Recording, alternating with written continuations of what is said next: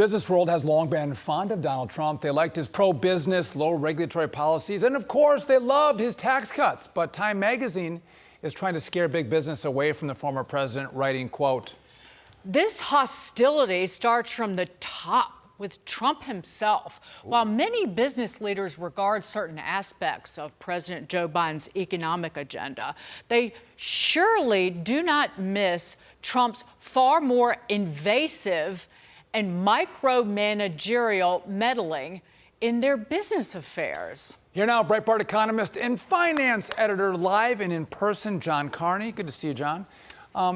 Listen, the Time magazine writes, this does not surprise me. They're a bunch of liberals, but you do look at the economy, you do look at the business world, and the policies of Trump really were great for American business and American families. This is hogwash. This is absolutely them trying to scare people out of supporting Donald Trump. I will say there is an element of truth in this. The age of the Republican Party being a servant to big business is over. Yeah. This is a Republican Party that is going to stick up for the working man. If you are a corporate leader who loves DEI, who loves the Green New Deal, who wants to ship jobs to China, who wants to bring in cheap foreign labor, yeah, you probably should be scared of Donald Trump. So there's an element of truth. This is an age of economic nationalism, but that is not anti-business. That's profoundly pro-business. What we see is a country that can promote both the working class and the business class. What we can't promote is this globalist conspiracy that has ruined America's economy, is still ruining it, backs Joe Biden. And none of those people voted for Donald Trump. They're not voting for him this time. I'll just say it straight to the camera. We're coming for you guys. You should be afraid. Read this Time magazine article. It's not wrong. We are coming for you. It's wrong that it says we're anti-business. We're not. We're pro-business. It's written by Jeffrey Sonnenfeld, who teaches business at Yale. Boy and his crowd, they love the crony capitalism coming out of Biden. They love the handouts. They love the economic fascism. It smells of Mussolini. That's what they love. Years ago, I was actually on TV with the man who wrote this article, and he was defending bonuses given to AIG executives after their company collapsed because of exactly what they did. The AIG FP people were getting bonuses. He defended it. I said, this is wrong. I'm not surprised to see him once again sticking up for the cronyism, the crony capitalism. Look, my brother wrote a book a long time ago called The Big Ripoff, how big business and big government work together to steal your money. We're putting an end to that. That's what Donald Trump's reelection is going to do. They're mad that their money, they might not get the money that's stolen from the hardworking taxpayers. All right, go ahead. Let's get to this, because everything Joe Biden touches, it seems to get worse, from the economy to the Middle East, and let's not forget the border.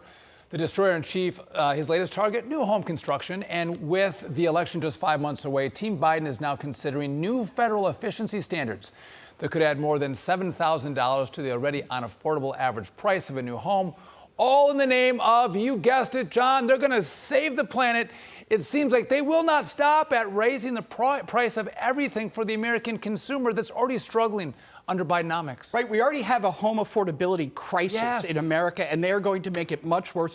We need to build more homes in America, not fewer.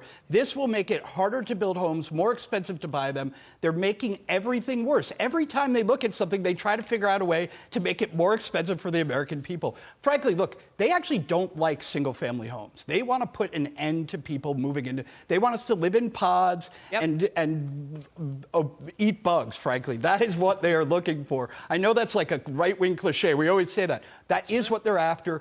That's what they mean when they say they want energy-efficient homes. Your home standing with a yard around it is not energy-efficient enough for them. They're at war. And you know what they do? They hide the cost. They're trying to bury the cost in an EPA regulation or a HUD regulation, and then they'll turn around and blame the home builder. They'll say it's greed.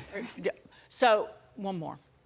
If you thought it was just housing that Biden's green agenda was making more expensive, you would be wrong. I said HUD, now EPA, out for relevance in Colorado.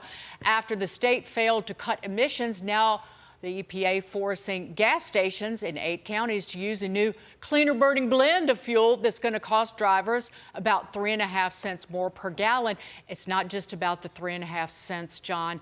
It's about intentionally jacking up the cost of gasoline and not giving a flying damn about people who cannot afford a regressive tax like that. They also hate cars. Look, this is part of trying to get people not to drive gas-powered cars. I'm just going to say I learned to drive sitting next to my father in a car. He turns 85 today. Dad, happy birthday. And I'm really glad he taught me to drive in that car. It was an old-fashioned station wagon.